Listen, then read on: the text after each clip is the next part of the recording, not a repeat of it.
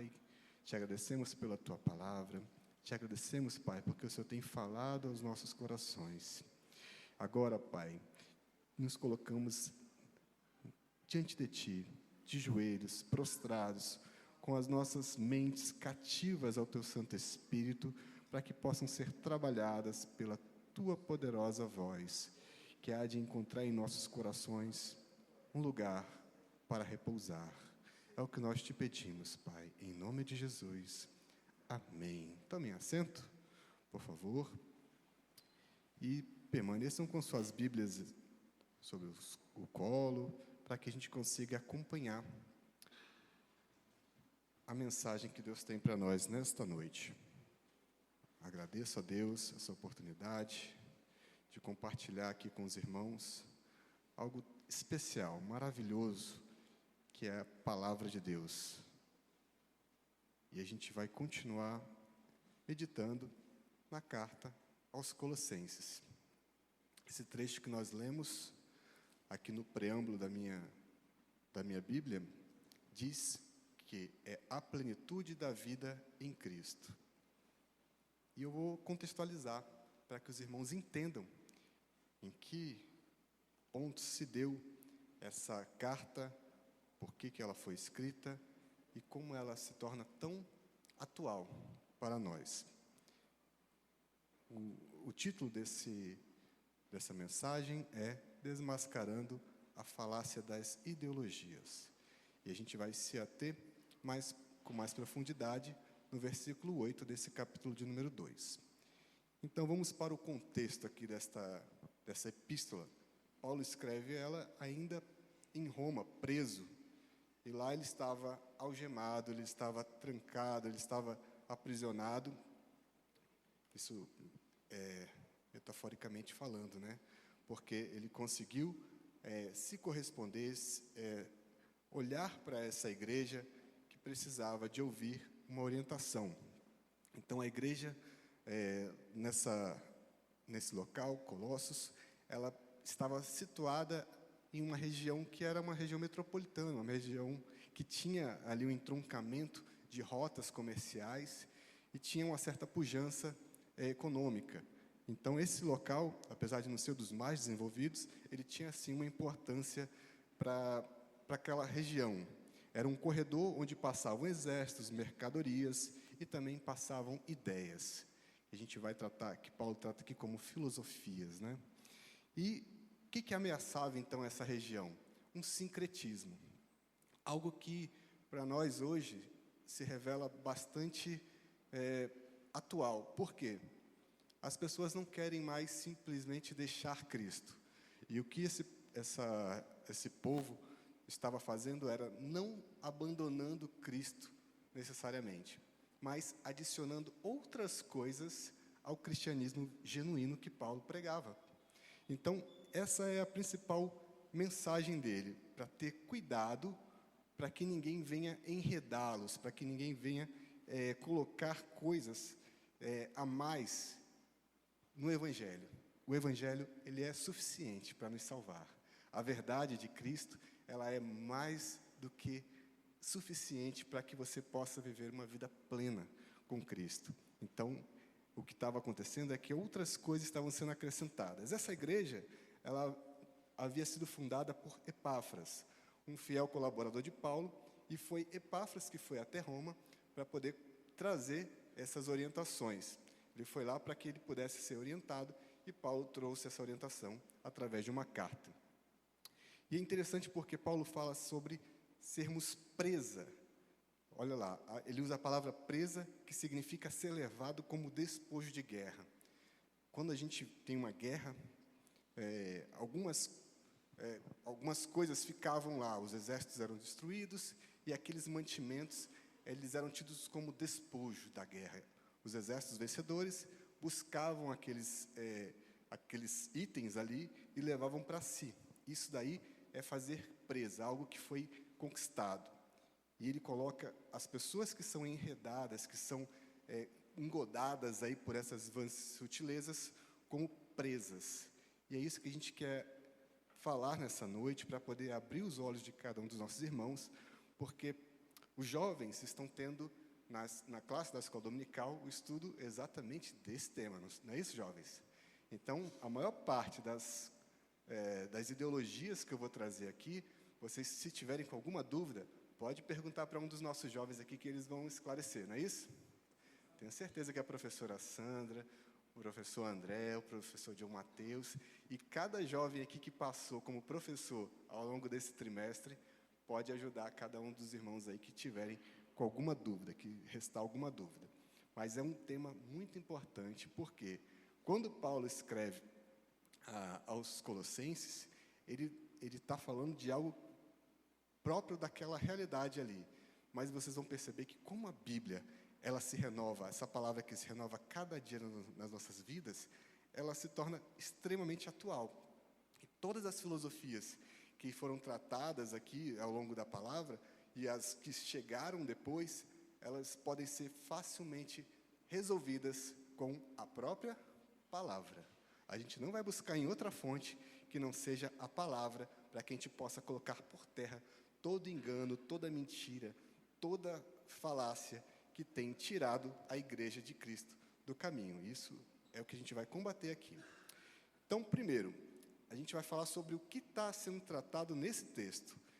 Os teólogos chamam de heresia colossense, porque ela não está muito clara. Paulo coloca como filosofias, vãs sutilezas, mas a gente tem que entender um contexto para saber o que Paulo está condenando aqui nesse texto.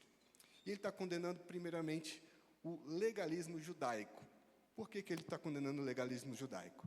Porque ele vai colocando que existem festas, como imposição de sábados, luas novas e regras alimentares como degraus para a santidade. E ele combate esses itens aí, essas obrigações, como sendo sombra do que ainda está por vir. E olha lá o que ele diz em Colossenses 2, 16 e 17. Portanto, ninguém vos julgue pelo comer, ou pelo beber, ou por causa dos dias de festas, ou da lua nova, ou dos sábados, que são sombras das coisas futuras, mas o corpo é de Cristo. E essa é uma realidade que tem voltado à tona nos púlpitos de algumas igrejas. São pessoas que estão judaizando o cristianismo. Paulo está combatendo justamente esse tipo de festa, esse tipo de situação em que as pessoas obrigavam, os próprios judeus obrigavam aqueles gentios a vivenciarem, sendo que aquilo não é a essência do Evangelho, sendo que aquilo não é o cristianismo que Paulo estava pregando, e impunha aquilo como uma obrigação para eles. E Paulo, então, esclarece que não é pelo comer, não é pelo que eles estão fazendo ali nesse tipo de celebração que vai fazer com que eles sejam salvos. Mas dentro dessa realidade aqui também tem o ascetismo. O ascetismo, então, é uma falsa humildade. Por quê? Eles colocavam também, dentro desses rituais, subjugavam seu próprio corpo através de sacrifícios. E isso eles colocavam como sendo um caminho para alcançar uma pureza espiritual. E Paulo denuncia isso também dentro da Epístola aos Colossenses, no capítulo 2, no versículo 23. Olha o que ele diz. As quais têm, na verdade, alguma aparência de sabedoria em devoção voluntária, humildade e em disciplina do corpo, mas não são de valor algum, senão para satisfazer a carne. Então, eles faziam isso como forma de se exaltar. Eles faziam isso como forma de transparecer uma humildade, que, na verdade, não era nada disso. Era nada menos do que cumprir rituais, achando que isso poderia, de alguma forma, eximir eles do pecado. Mais uma coisa que foi colocada aqui, através dessa carta: veneração de anjos. Existia um misticismo, existia ali uma busca por elementos que pudessem se somar a Cristo. Eles achavam que simplesmente seguir Cristo não era suficiente para que eles pudessem alcançar a vitória, alcançar as bênçãos, alcançar a salvação. Então, eles se colocavam, se valiam de práticas místicas que eram próprias daquela região, que eram de povos pagãos, que eram de povos que estavam ali convivendo com eles. E olha o que Paulo fala em Colossenses 2, 9 e 10. E estáis perfeitos nele, que é a cabeça de todo principado e potestade. Cristo é suficiente. Cristo é a cabeça. Cristo, e nele tudo está perfeito. Não estava somente essa questão colocada, também existia um gnosticismo incipiente, um início ainda de um gnosticismo, que depois ia ser mais estruturado e mais lá para frente se tornaria o que é ainda o gnosticismo. Então, esse gnosticismo incipiente ainda pregava que a salvação não vinha apenas pela fé no sacrifício de Cristo, mas por um conhecimento secreto e místico que apenas uma elite espiritual possuía. Isso soa familiar para vocês? Pessoas que se colocam com um poder sobrenatural, que através da revelação que elas têm, você consegue alcançar a salvação. Através daquilo que elas têm que é especial, você consegue alcançar Deus. E se não for por ela, se não for por esse conhecimento que se revela ali de uma forma muito mística, muito cheia de mistérios, você não consegue. E pessoas ficam presas, escravizadas, sendo enganadas por esse tipo de pessoas. Isso já tinha desde lá, entre os colossenses. E isso daqui gerou 3 questões que são interessantes de nós analisarmos. A primeira delas é o dualismo metafísico, que separava matéria e espírito. E tudo que era relacionado ao corpo era tido como algo ruim, era classificado como algo mau.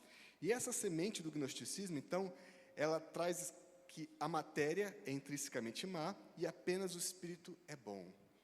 Isso é correto? Isso é verdadeiro? Não. Olha só as coisas, o que de perigo gera esse tipo de concepção. Se a matéria é má, isso é uma conclusão, se a matéria é má, então todo o corpo humano é uma prisão maligna. A nossa alma está aprisionada, então, numa coisa ruim, num corpo que é maligno. E isso nos leva a 2 questões. A primeira delas nos leva para um ascetismo, que para que a gente possa libertar essa alma, a gente precisa de castigar esse corpo. E aí a gente vê pessoas, até hoje, eu morava na Vila da Penha, e lá tem uma igreja, que é chamada Igreja da Penha, num grande morro, uma montanha, uma rocha bem alta, e as pessoas iam subindo aquela escadaria de joelhos, para pagar promessa, de alguma forma mutilar ali o seu corpo, fazer com que, através desse sofrimento, e a gente tem várias outras demonstrações, né, de pessoas que vão tentando sacrificar o seu corpo, maltratar o seu corpo, para de alguma forma alcançar uma certa elevação espiritual, não é isso, pastor Wellington? Isso a gente dá o nome de ascetismo. Mas, no outro lado, em contrapartida, também gera a libertinagem, porque tem aqueles que falam, já que esse corpo não vale nada, já que esse corpo ele não está vinculado àquilo que é maravilhoso, que é divino, que é a minha alma, então eu faço com esse corpo o que eu quiser. Eu posso destruir esse corpo, eu posso usar ele da forma como eu bem queira. São os extremos, exatamente, pastor Carlos Ney. Então, você tem de um lado ascetismo, do outro lado a libertinagem. Tudo isso dentro da mesma filosofia. E olha só como é que Paulo combate esse tipo de visão. Colossenses 2,9. Paulo declara que em Cristo habita corporalmente toda a plenitude da divindade. Então, Deus habitou num corpo. Deus se fez homem. Um homem que ao mesmo tempo era homem e ao mesmo tempo era Deus. Certo? Mas ele tinha ali um corpo. Então, o corpo, ele não é algo para ser tratado como aquela prisão da alma, aquilo que é ruim. Não, Deus fez esse corpo do jeito que é, bonitão assim, igual o corpo do Dudu. Olha lá, todo perfeito, com barba, com cabelo faltando, mas fez desse jeito aí. Bênção. E isso não é a prisão da alma dele, não. Através do corpo dele, através do nosso corpo, nós glorificamos a Deus. Como é bom a gente direcionar nosso corpo aqui para esse local, para a gente encontrar nossos irmãos, para nós vivermos os momentos tão maravilhosos aqui em comunhão. Isso é maravilhoso, isso só é permitido porque nós temos um corpo que nos leva até a casa de Deus. Mas a gente tem um segundo ponto, que é a salvação pelo conhecimento, que é a gnosis. A palavra gnosis significa conhecimento. E o gnosticismo incipiente, ele já pregava que a salvação não vinha apenas pela fé, mas apenas na fé no sacrifício de Cristo, mas por um conhecimento secreto e místico. Foi aquele ponto que eu levantei inicialmente. Isso gera um perigo de que cria uma hierarquia de pessoas mais espirituais, outras pessoas menos espirituais, e só através dessas pessoas mais espirituais que a gente consegue alcançar Cristo. É isso que a gente prega aqui? Não. Nós cremos aqui um sacerdócio universal. Qualquer um dos irmãos podem, através de uma busca sincera, através da palavra de Deus, conhecer mais e mais o próprio Deus e se chegar a Cristo. Esse caminho foi aberto através do sacrifício de Cristo na cruz. Foi rasgado aquele véu que separava o Santíssimo. Ele pode ser acessado através do seu joelho dobrado, através da sua oração, um coração sincero se derramando diante de Cristo. Você consegue acessar o Pai. É isso.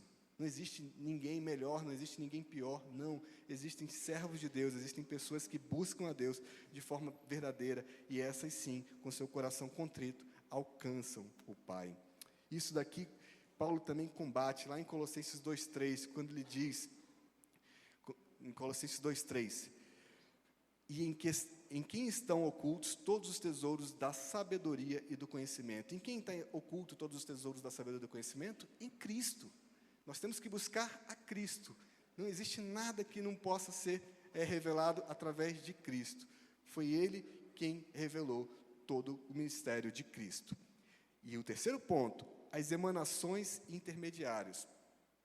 Esse mesmo conceito filosófico que Paulo combate, ele disse que eles afirmavam que Deus era tão puro que não poderia ter criado o mundo diretamente. Ele se valeu então de outras pessoas, outras encarnações, ou os próprios anjos, que serviriam como degraus entre Deus e os homens. São pessoas que se colocam entre Deus, porque o que eles afirmavam era isso. Deus, por ser tão puro, tão excelso, não poderia ter criado a humanidade diretamente. E a gente vê várias doutrinas, várias seitas, várias religiões que colocam Cristo como mais um profeta, como Cristo como mais um ser tido como iluminado, mas não sendo Deus. Então, esses seres iluminados, seres angelicais, seres espirituais, eles seriam esse degrau entre Deus e o homem. E isso gera um perigo muito grande, que a gente gera esses intermediários. Então, não existe um único caminho. O único caminho para Deus é Cristo. E essas pessoas, então, colocam Cristo como mais um desses caminhos. Daí vem a veneração a anjos, daí vem a veneração a outros seres, e isso daqui é combatido por Paulo em Colossenses 2,18. Colossenses 2,18 diz: não deixem que ninguém se faça de árbitro para desqualificar vocês com pretexto de humildade e culto de anjos, baseando-se em visões, estando cheio de orgulho, sem motivo algum na sua mente carnal. Então, essas pessoas, Paulo está negando veementemente a ação deles de colocarem esses seres angelicais como um preposto entre o homem e Deus. E aí a gente vai então para a segunda parte. Eu quero falar então, a gente nesse primeiro momento falou das filosofias que Paulo combate, aqui escrevendo aos Colossenses. Mas eu quero falar também sobre as filosofias vãs que o próprio Cristo combateu enquanto ele andava aqui sobre a terra. E uma delas foi o farisaísmo. O que corresponde a essa tradição que se colocava acima das Escrituras? Eles criaram, os fariseus criaram então cercas ao redor da lei. De que forma? E a cerca tornou-se mais importante que o mandamento. E por isso Jesus Cristo os chamou de hipócritas. Eles colocavam o regramento deles, eles colocavam a lei da forma como eles interpretavam, como superior ao próprio Cristo. E isso foi algo que Jesus Cristo combateu. Enquanto aqui esteve caminhando conosco, encarnado, ele combateu esse tipo de ação que era típica dos fariseus. Jesus os chama de hipócrita porque honravam com os lábios, mas o coração estava longe de Cristo, o coração estava longe da verdade. Eles queriam simplesmente se exibir, aparecer, dizendo que eram os que guardavam a lei. Mas não se limitava a isso. Jesus Cristo também combateu os saduceus com seu materialismo. Eles negavam o sobrenatural, a ressurreição e a existência de anjos. Seria como se fossem as pessoas racionalistas do nosso tempo. Eles negavam esse tipo de ação sobrenatural. Eles negavam que Jesus Cristo pudesse ressuscitar. E negavam, inclusive, que Jesus Cristo tivesse ressuscitado de forma milagrosa pessoas aqui enquanto caminhou. E o combate bíblico veio logo em Mateus 22, 29, que diz: errais não conhecendo as Escrituras, nem o poder de Deus. Jesus mostrou para eles que o erro deles estava muito claro, muito patente. E a gente não vai parar por aí. A gente vai falar também sobre as vãs filosofias, as vãs sutilezas, né? Quando a gente trata do período mais moderno, através do século XVIII, XIX, quando entra nos nossos tempos aqui, o chamado iluminismo. Ele vem contrapor o período que é tido como período das trevas, né? Onde as pessoas tinham uma explicação através da Bíblia, tinham uma explicação das coisas através da religião, e o iluminismo vem para negar tudo isso. E é interessante, pais, porque os seus filhos, eles, a partir do 8º ano, da 8ª série do ensino fundamental 2, eles já começam a aprender o que é o iluminismo. E se você não estudar o que é o iluminismo para poder conseguir explicar para eles a verdade do que são as doutrinas ali levantadas pelos iluministas, os seus filhos fatalmente poderão ser engodados por várias mentiras. Não é isso, pastor Jarbas, que é um professor de história? Como os professores de história vendem o iluminismo como sendo a coisa mais maravilhosa do mundo, o que traz luz para o mundo, o que traz a ciência, o que traz a verdade, o que tira o mundo da escuridão. E aqueles homens tão usados pelo inimigo para enganar as pessoas são colocados em pedestais como sendo o suprassumo do conhecimento. E homens de Deus que também buscaram, através do conhecimento da palavra, mas também através da ciência, coisas boas para a sociedade, eles são jogados de lado. Quem vem para a evidência, quem vem para o foco, geralmente dentro das escolas, são aqueles que trazem confusão, que trazem engano, que trazem todo tipo de mal para aqueles que estão buscando a verdade. E o primeiro ponto que eu quero trazer, dentro dessa visão que traz o iluminismo, que é colocar o homem no trono, o iluminismo tira Deus do seu lugar, tira da posição de destaque e coloca o homem. O homem, então, ele é alçado a uma posição de destaque. E olha lá o que diz o primeiro ponto aqui, que é o deísmo. O deísmo, a gente coloca, quem foi que estudou deísmo aqui hoje? Olha lá, os adolescentes, isso aí. O deísmo, então, ele coloca Deus como sendo um relojoeiro que construiu um relógio e abandonou aquele relógio à sua própria sorte. O relógio foi dado corda, não é isso? E ele está funcionando. E assim, eles acreditam que Deus criou a humanidade. Eles não negam Voltaire, John Locke, eles não negam que exista um Deus, mas eles colocam como se esse Deus tivesse criado a Terra, criado a humanidade e abandonado essa humanidade à sua própria sorte. Percebam o perigo desse tipo de pensamento, percebam o perigo desse tipo de filosofia, porque, olha só, se você traz isso para a nossa realidade, para que você vai orar? Se o Deus que criou tudo, o Deus que te criou, ele te abandonou à própria sorte. Sendo que a Bíblia fala de um Deus que se relaciona conosco. Sendo que a Bíblia fala de um Deus que, quando a gente curva a nossa cabeça, a gente fecha os nossos olhos e abre o nosso coração para falar com Ele, a gente pode ouvir a voz dEle, a gente pode ouvir o sussurro do Espírito Santo comunicando conosco, nos trazendo o acalento, a paz, aquele amor que só o nosso Deus pode nos trazer, aquele abraço espiritual. Eles negam tudo isso. Eles acham que a humanidade ficou solta à própria sorte. Isso é mentira, isso é uma falácia. O deísmo, ele aceita a existência de Deus, mas ele nega a imanência, a presença ativa de Deus. Ao fazer isso, ele esvazia o altar. Ao fazer isso, nada disso aqui faz sentido.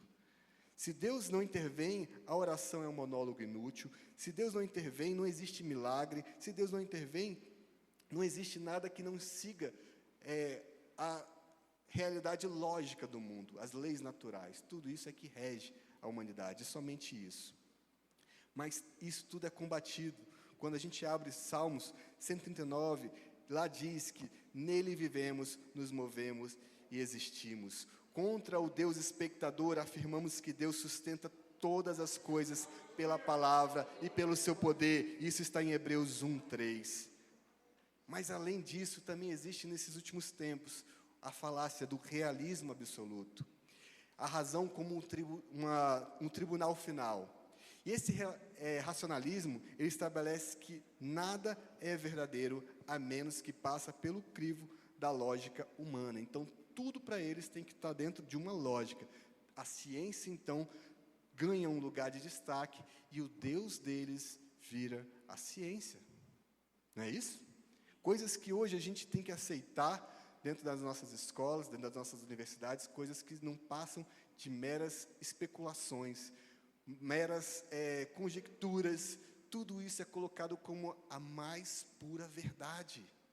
Eles não acreditam em verdades absolutas, mas há uma contradição, porque a ciência para eles são verdades absolutas. Eles querem questionar, eles querem buscar a verdade, mas eles rejeitam a verdade, a única verdade.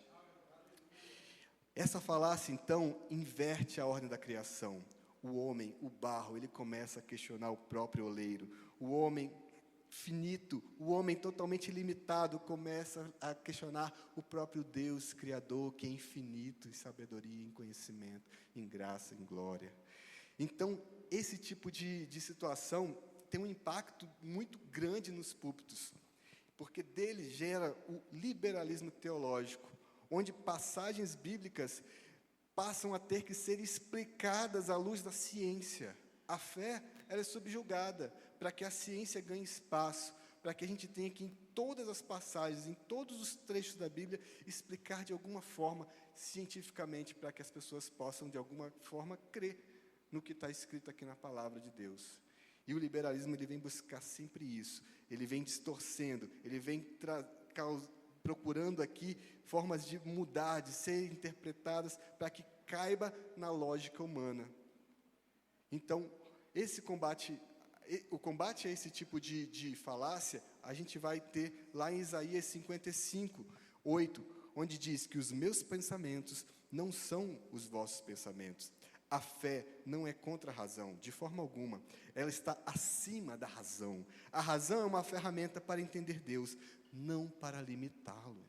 Deus não está preso à nossa razão. Deus está acima de qualquer razão humana. A razão humana, ela é um instrumento para nós interpretarmos, para nós entendermos o nosso Deus. Foi Deus quem nos dotou dessa razão. Isso nos faz diferente de qualquer outro ser. Ele nos dotou de uma razão que nos faz comunicar com Ele, entender que Ele nos ama, entender que é Ele que nos gerou. Mas não para por aí não, nós ainda temos um humanismo radical, e que isso nos trouxe a divinização do eu. Esse humanismo radical, ele põe por terra, ele busca portar por terra o soli deu glória, toda a glória somente a Deus. Ele coloca isso por terra e coloca o ser humano no lugar de Deus e quer que o ser humano seja glorificado. Como isso acontece? O eu torna-se medida de todas as coisas. E isso tem invadido os nossos tempos. Hoje, se vocês pararem para perceber, a sociedade, ela se coloca como algo, o individualismo, tudo isso se coloca acima de qualquer outra coisa. Tudo que a gente busca são nossas satisfações pessoais. Tudo que a sociedade busca é se colocar acima de todas as verdades. E o que essa falácia gera? É a rendição da mentira da serpente no Éden. Porque diz lá, Gênesis 3:5, sereis como Deus. A serpente que lá no Éden enganou Eva, até hoje continua enganando as pessoas que se colocam acima de Deus. Quando o homem se torna o centro, a moralidade torna-se subjetiva e a soberania de Deus é vista como uma tirania a ser derrubada. Quantas vezes vocês já ouviram falar, olha só esse Deus aqui do Primeiro Testamento, olha que coisa absurda, esse é um Deus tirano, esse é um Deus que não respeita, esse é um Deus que passa por cima das individualidades das pessoas, cada pessoa tem que ter a sua própria verdade, cada pessoa tem que viver a sua própria vida, como vai ter esse Deus aí como um ser supremo, que possa oprimir a sociedade, e essas pessoas se colocam então como deuses. Mas a Bíblia fala lá em Jeremias 17, 5 e 9, que maldito o homem que confia no homem, que confia em si mesmo. A nossa confiança deve estar em Deus, é Ele quem nos garante a vitória. E a Bíblia ensina que o homem é um pecador carente de glória, e não é senhor do seu próprio destino. E a gente chega até os dias atuais, porque o tempo já está acabando, e a gente vai para as filosofias, as vãs sutilezas que têm invadido muitos púlpitos, infelizmente, de igrejas cristãs. E a primeira delas é o relativismo moral. O relativismo moral ele tem sido uma marca do nosso tempo, porque para quem busca esse tipo de filosofia, não existe uma verdade absoluta. E quando a gente tem a palavra de Deus como a nossa verdade absoluta, existe uma contradição, existe uma briga aí de verdades. A verdade é que a palavra de Deus é a verdade. Essa sim é absoluta, mas para eles não existe. Se não há verdade, não há pecado. Se há pecado, não há necessidade de Salvador. Se não há pecado, não há necessidade de Salvador. Essa é a lógica oriunda desse tipo de engodo, de mentira, que é o relativismo moral. O relativismo moral, ele nega a existência de uma verdade objetiva, tornando a moralidade algo móvel. Você pode oscilar. Isso daqui é bom para você, para mim não é bom. Mentira é relativo. Se você acha que isso daqui é uma mentira, para mim é uma verdade. Então, a gente fica nesses termos aqui e a gente não discute mais por isso. Mas olha aqui que a Bíblia diz lá em João 14:6. Disse-lhe Jesus, eu sou o caminho e a verdade e a vida. Ninguém vem ao Pai senão por mim. Quem é a verdade? É Cristo. Ele é o caminho, Ele é a verdade, Ele é a vida. Outro versículo, Isaías 5:20, que diz, ai dos que ao mal chamam bem, e ao bem mal, que fazem das trevas luz e da luz trevas, e fazem do amargo doce e do doce amargo. As pessoas estão fazendo isso. Então, o que é certo se torna errado. E você, cristão, fiel a Deus, é taxado como aquele que está totalmente na contramão de um sistema. E é bom que esteja assim mesmo, porque esse sistema que está na mão do inimigo, ele vai seguir a sua própria lógica. Nós seguimos a lógica da palavra, da verdade, de Cristo. Por isso que nós não estamos no mesmo sentido que o mundo. Nós estamos na contramão do mundo. Mas não para por aí. Ainda temos nos nossos tempos a grande falácia da teologia progressista. Essa teologia, ela busca atualizar a Bíblia. Sim, ela busca atualizar a Bíblia para que a Bíblia não ofenda o mundo. Já pensaram nisso? A gente não pode ofender o mundo, porque essa Bíblia aqui, ela ofende. Ela vai falar que existe pecado, ela vai falar que existe o erro, ela vai falar que existe um caminho a ser seguido. E quem está fora desse caminho, se desviou desse caminho. E isso ofende, isso machuca para eles, isso daí é algo ruim.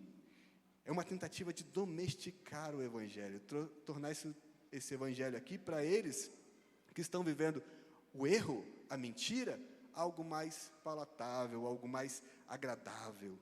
Não tem como a gente fazer isso, não tem como a gente fazer com que essa Bíblia, ela se molde a uma cultura ruim, uma cultura que é perniciosa, uma cultura que é totalmente contrária à verdade. Não, as culturas têm que se dobrar à palavra, as culturas têm que reconhecer a verdade. Se a cultura está buscando um caminho de pecado, ela que se ajuste para caber dentro da Bíblia. Essa é a nossa bússola, essa é a nossa forma de viver. Se o que estiver fora disso, não é de Deus, não está alinhado com a vontade de Deus. E esse progressismo, então, ele tenta domesticar esse evangelho. E quando a gente abre lá a nossa Bíblia em Romanos 12:2, diz assim: e não vos conformeis com este mundo, mas transformai-vos pela renovação do vosso entendimento, para que experimenteis qual seja a boa, agradável e perfeita vontade de Deus. Não é para a Bíblia ganhar a forma do mundo, é para o mundo ganhar a forma da vida que está aqui contida na Bíblia. Porque aí sim o mundo é redimido, aí sim as pessoas são transformadas, aí sim as pessoas alcançam a felicidade e, acima de tudo, a salvação em Cristo Jesus.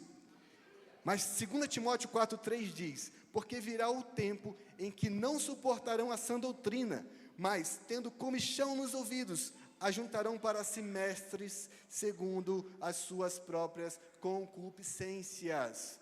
Existem pastores, existem líderes religiosos que são colocados para justificar de alguma forma esse erro. Existem pessoas que não querem mais ouvir a sã doutrina, não querem mais ouvir verdade, eles querem ouvir pessoas que falam aquilo que eles querem ouvir. E as pessoas que falam essas coisas, vocês podem encontrar que tem uma grande multidão que os cerca, seja virtualmente, seja em espaços físicos que se tornam cada vez menores, cada vez mais apertados, porque as pessoas querem ouvir aquilo que agrada os ouvidos delas. Mas a gente vai continuar aqui, enquanto aqui nós estivermos falando da verdade, a verdade que é a salvação, a verdade que liberta, a verdade que transforma as nossas vidas, porque só nessa verdade há salvação, somente na palavra há salvação para as nossas almas. Não paramos por aí, temos o pragmatismo e o entretenimento. O que o pragmatismo prega? Crescimento a qualquer custo. Isso é alguma novidade para alguém? Vocês estão identificando algo que vá nesse sentido? Olha só o que o pragmatismo prega, essa falácia, essa filosofia perniciosa. Quando a igreja troca o altar e tudo vira um palco, e a pregação vira um show, as coisas começam a funcionar, porque existe um crescimento, existe um crescimento exponencial, muitas vezes, do número de seguidores, de membros, e tudo isso se confunde. Então, o pragmatismo, ele substitui a fidelidade doutrinária pela eficácia estatística. As pessoas estão ligadas, buscando simplesmente que os números possam corresponder àquele tipo de ação, aquele tipo de mensagem que é levada aos púlpitos. Mas olha o que diz Gálatas 1:10. Porque persuado eu agora a homens ou a Deus? Ou procuro agradar a homens? Se tivesse ainda agradado aos homens, não seria servo de Cristo. Nós estamos buscando agradar a Deus. Nós não estamos aqui querendo agradar, massagear ego de homem. Aqui ninguém vai sair aqui se não for confrontado pela palavra, porque essa é a razão de nós estarmos aqui. Nossos desejos, nosso eu, ele é confrontado o tempo todo pela palavra. E o Espírito Santo comunica conosco, o Espírito Santo nos mostra qual é o caminho, qual é a verdade. Também diz lá em Jeremias 6,16, assim diz o Senhor: ponde-vos nos caminhos e vede, e perguntai pelas veredas antigas, qual é o bom caminho? E andai por ele, e achareis descanso para vossas almas. Esse é o caminho, as veredas antigas, aquilo que nós fomos ensinados, a palavra genuína, essa é a verdade, é ele que nos leva ao descanso para as nossas almas. Mas não para por aí, porque nós temos ainda uma falácia, que é o triunfalismo, que é um evangelho sem cruz, é um evangelho que não há sacrifício, é um evangelho que só aponta que você vai ganhar coisas, que você vai alcançar seus objetivos, que você vai prosperar em tudo. E esse triunfalismo tem invadido as igrejas de uma forma tão prejudicial, porque tem criado nas igrejas crentes que são meninos mimados, que querem, me dá, em nenhum momento querem ser transformados, em nenhum momento querem ser impactados pela palavra, em nenhum momento eles querem conhecer a verdade. Não, eles só olham para as mãos que estão estendidas e aquilo que eles podem receber dessas mãos. Eles não querem olhar o Deus que está erguendo as suas mãos para que Ele possa acolher a cada um de nós. Eles só querem os benefícios materiais.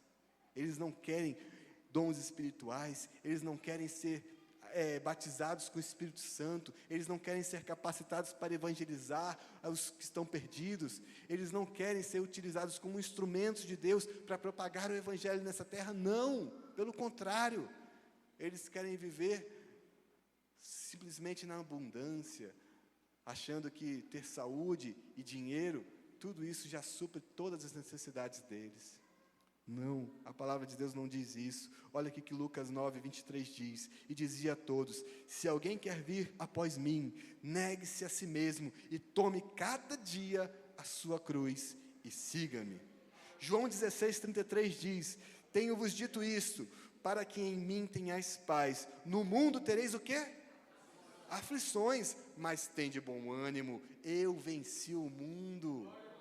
Esse é o nosso Deus, que vai estar contigo mesmo que você esteja na fornalha. Ele não vai te abandonar, Ele não vai te livrar da fornalha, mas quando lá você estiver, você pode ter certeza que o quarto homem vai estar lá, te abraçando, e você não vai sentir nem o cheiro do queimado lá dentro, porque Deus vai estar te guardando. Amém? Mas não para por aí, nós vamos ainda falar de ideologias de identidade. Pessoas que colocam cor de pele, gênero, tudo isso como uma bandeira para fazer guerra, para fazer confusão.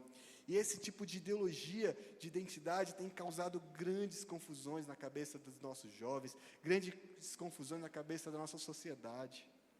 Essas pessoas não querem saber qual é a nossa verdadeira identidade. Qual é a nossa verdadeira identidade? Filhos de Deus. Essa é a verdadeira identidade que nós perseguimos. Nós somos novas criaturas. 2 Coríntios 5, 17 diz assim: assim que, se alguém está em Cristo, nova criatura é. As coisas velhas se passaram, e eis que tudo se fez novo. Glória a Deus. A nossa identidade foi definida pelo Criador e não pela criatura. Foi Deus quem nos fez, foi Deus quem nos formou. O erro das ideologias de identidade é a tentativa de autodeterminação. As pessoas querem definir quem elas são, só que elas não são nada, elas são barro, elas são pó. Deus é tudo em nossas vidas. Tira Deus, não sobra nada. Efésios 2,10 diz: porque somos feitura sua, criados em Cristo Jesus para as boas obras, as quais Deus preparou para que andássemos nelas. O foco não está em mim, o foco não está no eu, o foco está em Cristo. Colossenses 3, 4 diz: porque já estáis mortos, e a vossa vida está escondida com Cristo em Deus. Quando Cristo, que é a nossa vida, se manifestar, então também vós vos manifestareis com Ele em glória. E nós esperamos por esse dia, um dia que nós estaremos com um corpo glorificado, para todo sempre, adorando e exaltando o nosso Deus nos céus. A gente busca isso, e as coisas que estão nessa terra hão de se passar, e tudo se fará novo, e Deus há de resgatar a sua igreja, há de levar para morar com Ele eternamente. Nossa morada já está preparada, queridos. Todas essas filosofias, todas essas ideologias, todas essas coisas que tentam nos afastar de Cristo, hão de passar. Mas enquanto aqui nós estivermos, nós vamos combater ela com a palavra. Nós vamos combater esse tipo de engano com a palavra, assim como Paulo fez para auxiliar os seus irmãos colossenses. Nós temos essa responsabilidade. Os pais têm responsabilidade de estar próximo aos seus filhos, saber o que eles estão aprendendo, o que eles estão bebendo, aonde eles estão bebendo, qual é a fonte de conhecimento que eles estão bebendo. Porque tem sido muito comum chegarem para mim e falar: olha, meu filho foi para a universidade, virou a cabeça e não quer mais nada com Deus. Seu filho não se perdeu na universidade. Seu filho se perdeu enquanto ele estava debaixo do seu teto, fazendo ensino fundamental, fazendo ensino médio. Você nunca se preocupou em desmentir as coisas que estavam sendo colocadas para ele. Você nunca trouxe ele com afinco para a escola bíblica dominical para que ele pudesse aprender aquilo que é a palavra. Quando ele chegou na faculdade, ele simplesmente deu asas a tudo aquilo que ele tinha aprendido e se juntou com pessoas que pensavam igual a ele, e ele se foi. E é triste, porque Deus pode buscar, Ele tem poder para buscar, mas você ainda vai ter que ficar lá, pagando, buscando através de oração, pedindo a Deus que possa trazer seu filho de volta. Sendo que você teve tanto tempo com ele ali durante o período que estava estudando na escola, para poder orientá-lo de forma eficaz. Ah, mas eu não tenho conhecimento bíblico. Venha terça-feira. Terça-feira o pastor Wellington está toda terça-feira aqui, ministrando a palavra, ensinando. Venha à escola dominical, temos professores que podem te ajudar, podem ajudar a sua família a crescer no conhecimento da palavra. Não deixe que essas falácias, não deixe que essas vãs filosofias venham invadir a mente das suas crianças, não deixe que elas invadam a sua mente, porque elas são sutis, como Paulo coloca aqui, e elas acabam enganando a gente. Por isso eu peço que a glória de Deus, a misericórdia de Deus esteja sobre a sua vida, e a verdade sempre seja a sua bússola nessa caminhada. Amém?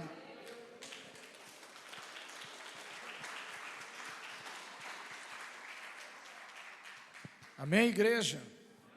Glória a Deus.